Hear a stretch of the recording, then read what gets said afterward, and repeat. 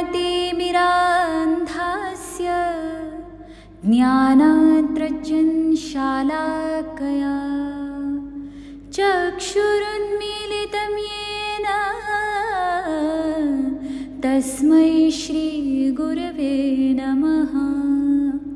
जब धरती पर अज्ञान का अंधकार अपनी चरम सीमा पर होता है, जीव मात्र मोह, माया, लोभ और भ्रम के बंधन में उलझ जाता है, तब ज्ञान के दिव्य किरण का उदय होता है। जैसे त्रेता युग में भगवान श्री राम एवं द्वापर युग में परमात्मा श्री कृष्ण स्वयं धरती पर धर्म स्थापना करने हेतु प्रकट हुए, वैसे ही कलयुग में अज्ञान और मोह का गहरा अंधकार दूर करने के लिए गुरु तत्व शरीर धारण कर ज्ञान का दिव्य अंजन लिए जन समुदाय को सत्य स्वरूप से परिचित कराते हैं। यही गुरु ज्ञान का अंजन बिहार के पवित्र भूमि पर फैल सा गया था। बिहार यह वह भूमि है जो ऋषियों की तपोभूमि है। यहाँ मिथिला की पावन नगरी में राजा जनक ने अद्वैत का तत्व जाना। बिहार का ही जनपद है भोजपुर। यह सनातन संस्कृति की दिव्य गाथा को अपने कण कण में समेटी एक तपोभूमि है। इसी पावन धरा पर आस्था, प्रेम और अपार भक्ति का महासंगम हुआ। 15, 16 और 17 अप्रैल 2025 के शुभ दिनों, जी हाँ, परम पूज्य जगतगुरु भगवान नरेंद्राचार्य जी की पवित्र लेखनी से मंडित श्री लीलामृत ग्रंथ का विस्तारित स्वरूप अर्थात श्री कथा ज्ञान यज्ञ का अद्वितीय आयोजन सरयू चौधरी निवास, ग्राम महावीरगंज, मंडल सासाराम, जिला रोहतास, बिहार के पवित्र स्थल पर हुआ। भगवान नरेंद्राचार्य जी द्वारा रचित श्री लीलामृत वह दिव्य ग्रंथ है जो आत्मा को परमात्मा से जोड़ने का सेतु है।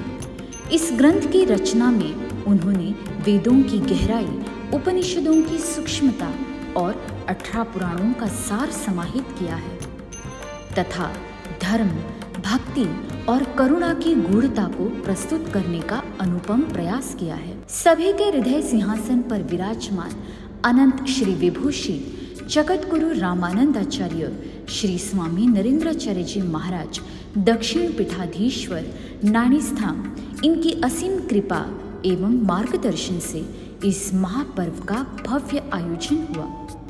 सैकड़ों श्रद्धालुओं की भीड़ प्रभु के निर्गुण शक्ति का अनुभव करने हेतु कार्यक्रम स्थल की ओर बढ़ रही थी। उत्सव के पूर्व दिन सौभाग्यशाली यजमान श्री ब्रिजेश मिश्रा इनके निवास स्थान पर प्रभु जी की सिद्ध पादुकाओं तथा श्री कथा ग्रंथ का अत्यंत ही आदर और प्रेम पूर्वक स्वागत किया। भक्तिमय वातावरण में प्रभु की भव्य दिव्य शोभा यात्रा का प्रारंभ हुआ। विविध रंगों के फूलों से मंडित मोहक रथ में भगवान नरेंद्राचार्य जी की सिद्ध पादुकाओं को विराजमान किया गया। बिहार की अनोखी संस्कृति तथा परंपरा का प्रदर्शन करते हुए अत्यंत अनुशासनबद्ध तरीके से शोभा यात्रा का कार्यक्रम स्थल पर शुभागमन हुआ। तत्पश्चात सुहागन बहनों ने औक्षण किया और प्रभु की सिद्ध पादुकाओं का संत पीठ पर आगमन हुआ। वेदोपासक पुरोहितों ने भगवान नरेंद्राचार्य जी के सिद्ध पादुकाओं को विराजित कर यजमान जी के हाथों विविध षोडशोपचार पद्धति से पूजन संपन्न किया। श्री कथा सार का कथन करते हुए कृष्णदास महाराज जी ने कहा, मनुष्य सबसे बुद्धिमान प्राणी है, परंतु वह अज्ञानवश अधीर हो जाता है।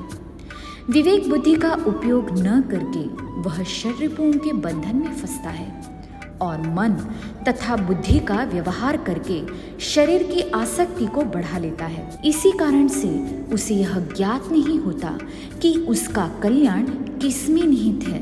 साधक और बाधक विचार करने की शक्ति क्षीण हो जाती है। इसीलिए जीवन में गुरु की आवश्यकता होती है। पूर्ण शरणागत होकर गुरु की शरण में जाना चाहिए। सद्गुरु का महात्म्य अपरंपार है। वेद और शास्त्र भी नीति नीति कहकर उन्हें जान नहीं सके।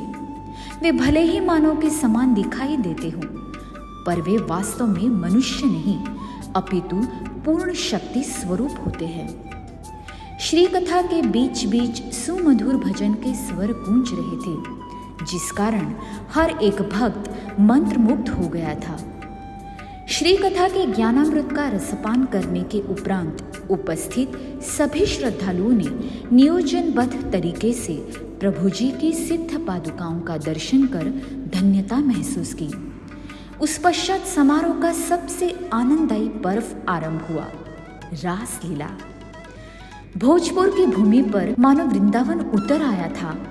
ऐसा प्रतीत हो रहा था जैसे मुकुंद मुरारी स्वयं रास करने हेतु इस नंदनवन में पधारे हो। बड़ा ही अद्भुत दृश्य था यह। बच्चे, वृद्ध सभी रासलीला में सुध बुध खोकर अपने प्रभु की निर्गुण शक्ति को महसूस कर रहे थे। सूर्यास्त के समय संध्या आरती संपन्न हुई और प्रथम दिन का समापन हुआ।